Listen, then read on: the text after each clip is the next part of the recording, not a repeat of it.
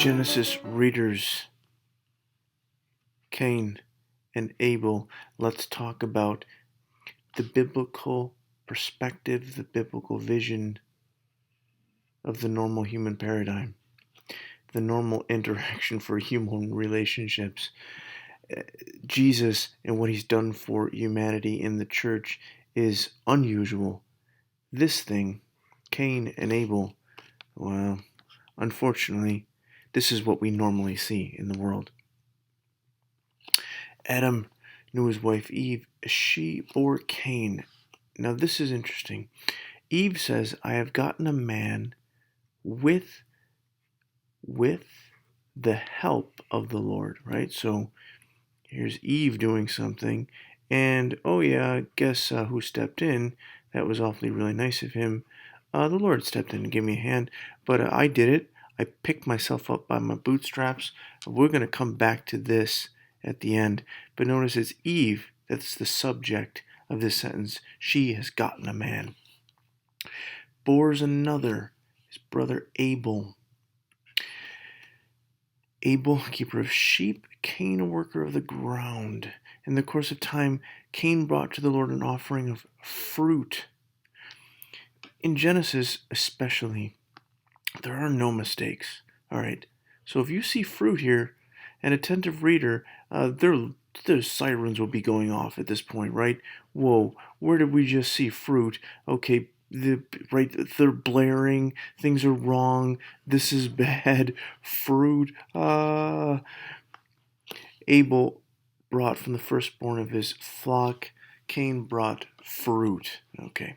The Lord had regard for Abel and his offering, but for Cain he had no regard. Now, why? It doesn't tell us, the text doesn't tell us why he didn't have any regard for Cain's offering. Not told, therefore, at least according to the Genesis perspective, not told means not important. The writer of Genesis is pressing upon us, because we are either Cain or Abel, is pressing on us, what if the Lord wasn't happy with something you did? What if something you did he had no regard for? How would you react? What would you do? Would you take it on others? Would you be upset with the Lord? What if you did something and the Lord was not pleased with it? What do you do now? Do you submit yourself to him? Do you go back and reevaluate your actions and say, all right, Lord, then what do I do? How do I think about this? I need to go back to the drawing board. Or are you angry? Your face falls. You turn inward. You become bitter. The Lord says to Cain, why are you angry? Now look at this.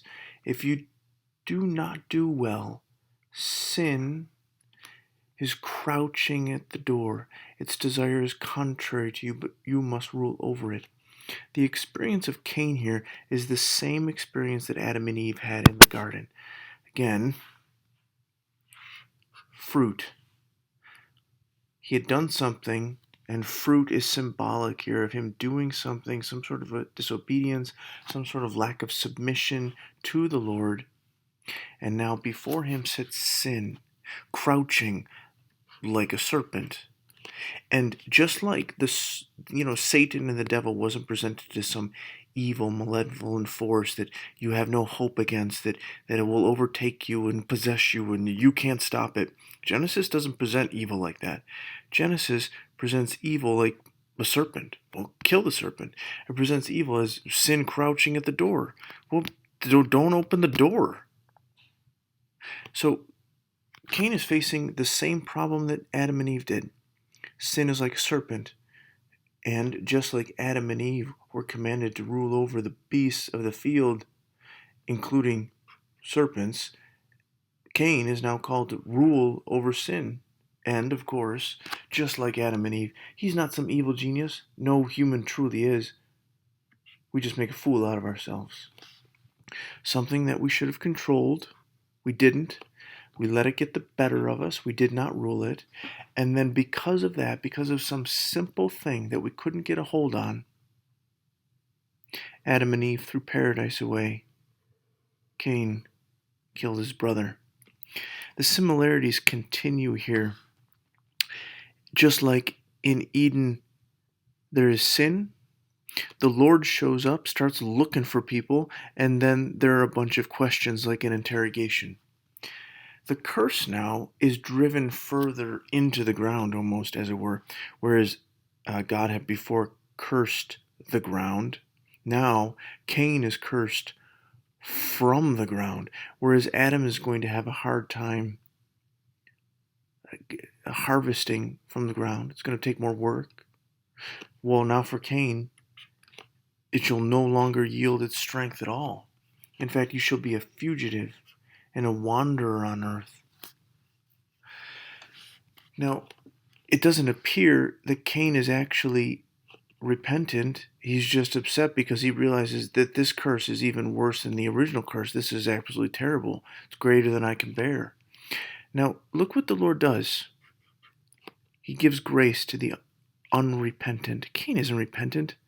He just doesn't want to have to deal with this thing. And God says, no, I won't let anyone kill you. I'm going to put a mark on you that you're still protected. But look immediately then, this confirms the fact that Cain wasn't repentant. Look immediately what he does. Cain went away from the presence of the Lord and settled in the land of Nod, east of Eden. Cain, your punishment was to be a fugitive and a wanderer. Well, he began in rebellion, and he continues that rebellion. As soon as he leaves, he settles, builds a city. The presentation of cities in the book of Genesis, and in really the whole Old Testament, and the New Testament as well, is very problematic. Cities are often not looked at very well. They're essentially places where human arrogance and stubbornness takes form, where all humanity and its pride is centralized. We're going to see this in a bit later, the Tower of Babel. So the line of Cain, right? He settles and creates and builds a city. And here is his line. Now, what ended up happening to this guy? You got a rebellious person who murdered his brother, was unrepentant, and tried to flout the curse of the Lord, and settles, builds a city. What happened? He prospered, didn't he? Cain and all his people prospered, but in a way that was rebellious against God. Look what happened. Bigamy, the marital relationship between man and wife as presented in Genesis, is immediately destroyed through bigamy. We have the economic things moving forward, tents and livestock, music things, lyres, pipes. We have scientific advancements with bronze and iron. This ends with Lamech's boast, a descendant of Cain, saying that apparently a young man hit him, and so he killed the young man. And instead of feeling like he should be punished, like Cain was, Lamech said, instead of being punished, what? I should be protected 77-fold. I'm just going to go ahead and boast my arrogance. So here's the line of Cain then. Rebel, committed fratricide, murder of his brother, builds a city, starts to flout his rebellion in front of God, begins to ruin the relationships, the marital relationship, emphasizes indulgence, and ends in arrogance. Adam then knew his wife again. She bore a son, called his name Seth. For she said, now look, what did we see before?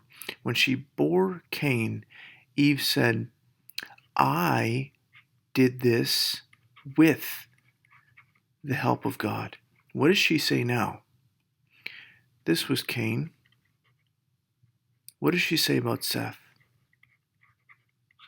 God has appointed for me.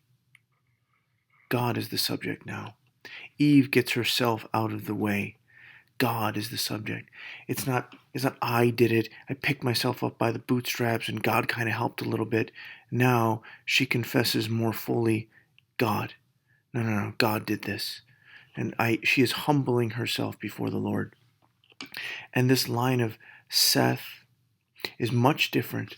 We have all these verses describing the line of Cain, the rebellious line of Cain, the line of Cain dwelling in the city. And here we see the line of Seth. One line. At that time, people began to call upon the name of the Lord. So, we can make our choice, can't we?